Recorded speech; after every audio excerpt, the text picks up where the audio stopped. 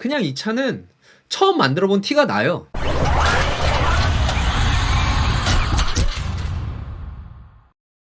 안녕하세요. 자동차 기자로 활동하고 있는 오토리뷰 이창입니다. 오늘은 저번 영상에 이어서 코끼리님이 하도 해달라고 하길래 제가 2.5 가솔린 터보를 막 이렇게 빌렸다가 한 3일 동안 시승해보고 장점을 먼저 나열을 했잖아요.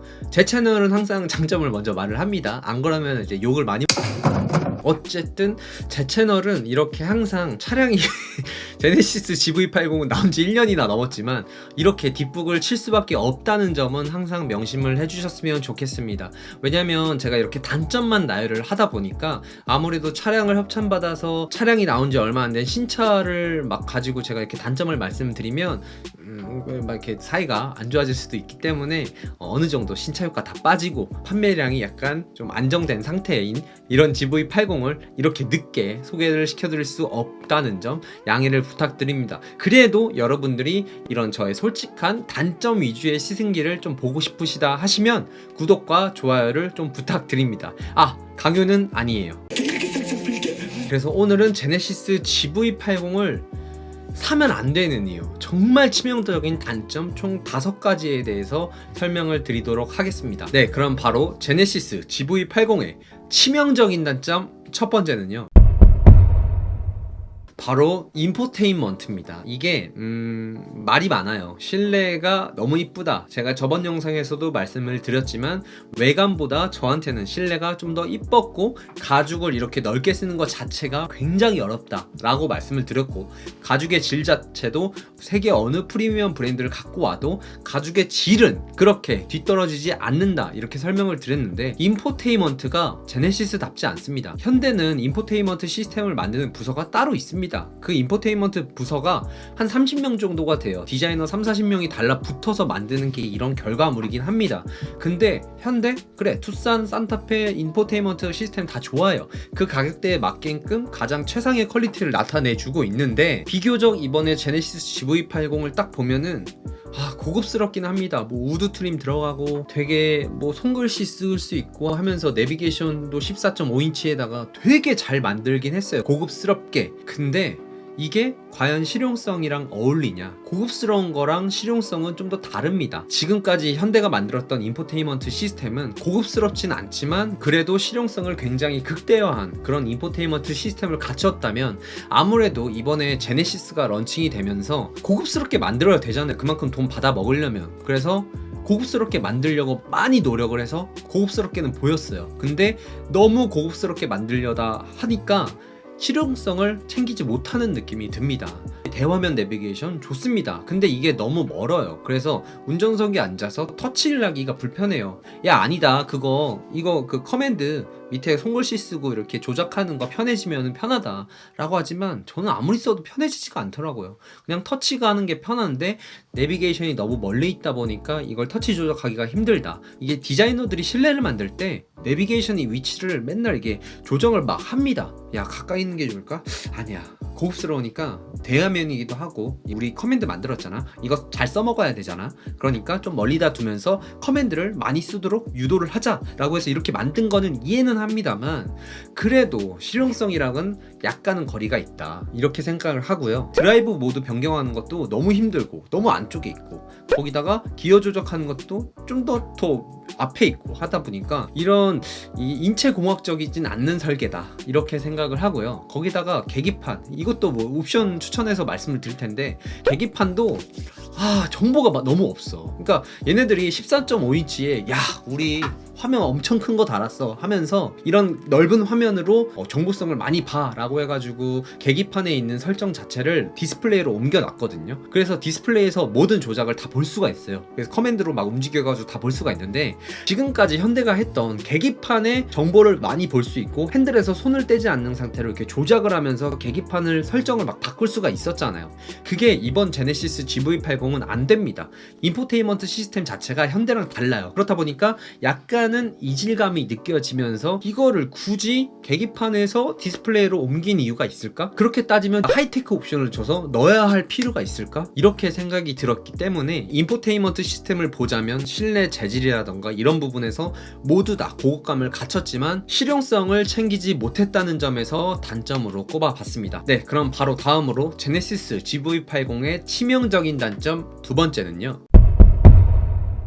진짜 치명적이에요. 저는 GV80을 정말 좋은 차량이다 라고 생각을 하는 반면에 이 점 하나 때문에 이 차량을 사지 말아야 되는 이유라고 생각을 합니다.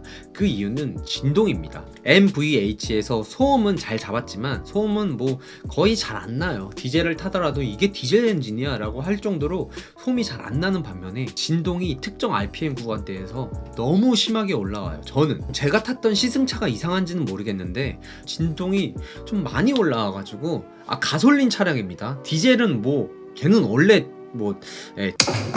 그건 제쳐두더라도 특히 시내 주행했을 때 변속이 되는 타이밍에 진동이 팍 올라오면서 이게 약간 불쾌감이 느껴졌습니다. 그래서 이게 엔진의 문제인지 진동 대책을 잘 못해서 그런지 아니면 변속기의 문제인지는 잘 모르겠지만 어쨌든 특정 RPM에서 올라오는 그 진동이 저는 되게 거슬렸다 이렇게 평가를 할 수 있겠습니다. 근데 이거는 어디까지나 제가 탔던 시승차가 이상했을 수도 있으니까 여러분들이 제네시스 GV80을 정말 구매를 하고 싶으시다면 시승차를 많이 타보세요. 하나만 타보지 마시고 여러 차량을 다 타본 다음에 진동에 대한 불쾌감이 있는지 없는지 잘 판별을 해보시면 좋을 것 같습니다. 네, 그러면 제네시스 GV80의 치명적인 단점 세 번째는요,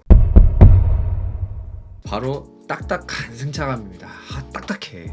이게 제가 저번 영상에서는 이 주행 성능과 결합해서 약간 장점이라고 포장을 했잖아요. 근데 저는 워낙 BMW 성향의 차량을 좋아하기도 하고 주행 스타일 자체가 워낙 스포티한 차량을 좋아하기 때문에 저는 이 GV80의 주행 질감이 많이 마음에 들었습니다. 하지만 대다수의 많은 분들, 특히 이 제네시스 GV80을 살 정도의 경제 능력을 갖추신 분들은 젊은 소비자층이 아니라고 생각을 해요. 적어도 30, 40대 그 이상으로 50대, 60대도 있을 수 있겠죠. 근데 그런 분들이 스포티한 주행 질감을 그렇게 선호하지 않는다고 생각을 하기 때문에 단점으로 꼽아봤습니다.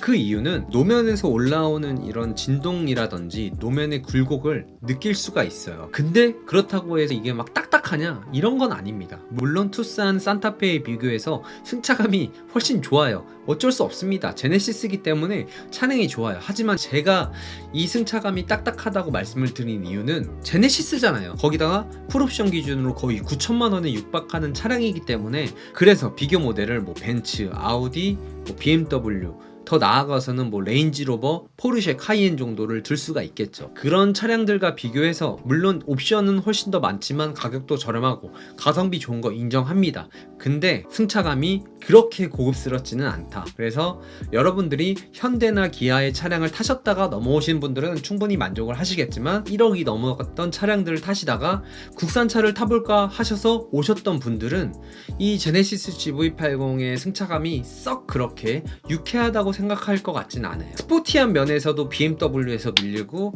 이런 안락한 면에서도 일반 다른 브랜드에서도 밀리기 때문에 승차감만 보자면 약간은 아쉽다, 이렇게 생각을 합니다. 그리고 바로 다음으로 제네시스 GV80의 치명적인 단점 네 번째는요,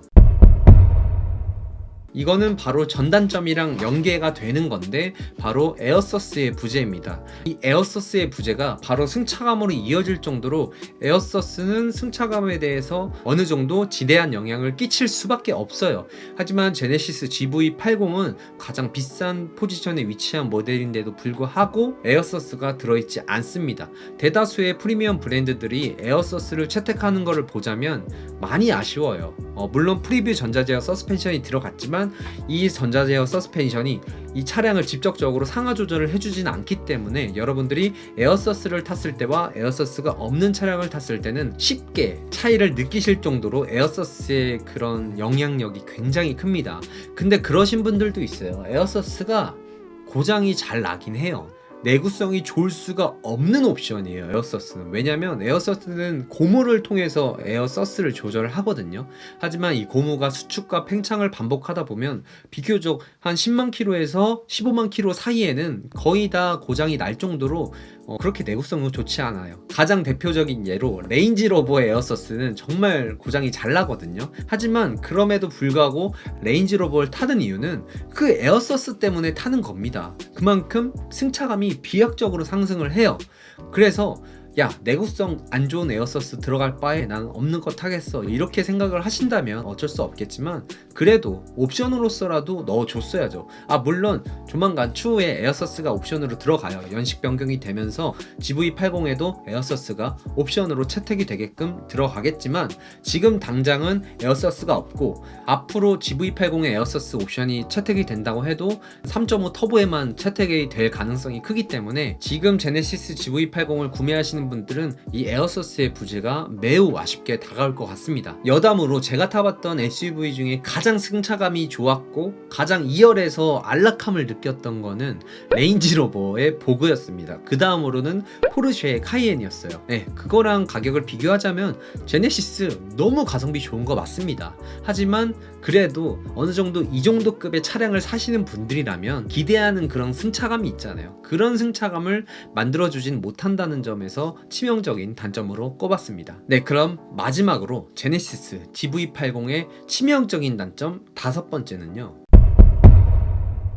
바로 옵션입니다.